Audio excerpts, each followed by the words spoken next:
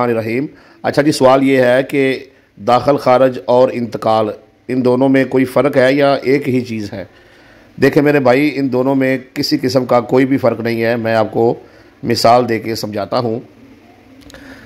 जब इंसान जो है वो एक स्कूल में पढ़ता और वहाँ से किसी दूसरे स्कूल में जो है वो दाखिला लेना चाहे, तो इंसान जाता है और उनके पास जाकर कहता है जी मुझे सर्टिफिकेट दे दें, मैं किसी दूसरे स्कूल में दाखिला लेना चाहता हूँ।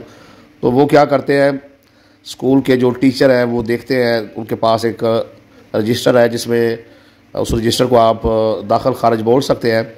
उस पर बच्चे की हाज़िरियाँ देखते हैं, उसका देखते हैं कहाँ तक पढ़ा हुआ है, उस हिसाब से उसका सर्टिफिकेट बना कर दे देते हैं कि इतनी तारीख को ये दाखिल हुआ और अब ये छोड़ के जा रहा है, इतने साल यहाँ पे पढ़ा, सारी मुकम्मल तफसीलात उसमें ज़िक्र हो जाता है।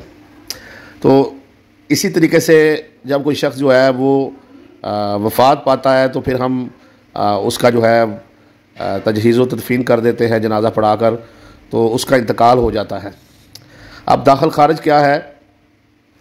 देखें, ये एक ही रजिस्टर के दो नाम हैं, ये एक ही चीज़ के दो नाम हैं। अब वहाँ पर भी यही लिखा जाता है कि ये फ़लाँ बंदा जो है वो पहले जो है वो मालिक था और अब ये वफ़ात पा गया है और मुतवफ़ी जो है, फ़ौत होने वाला शख्स जो है, उसके ये वारसान है।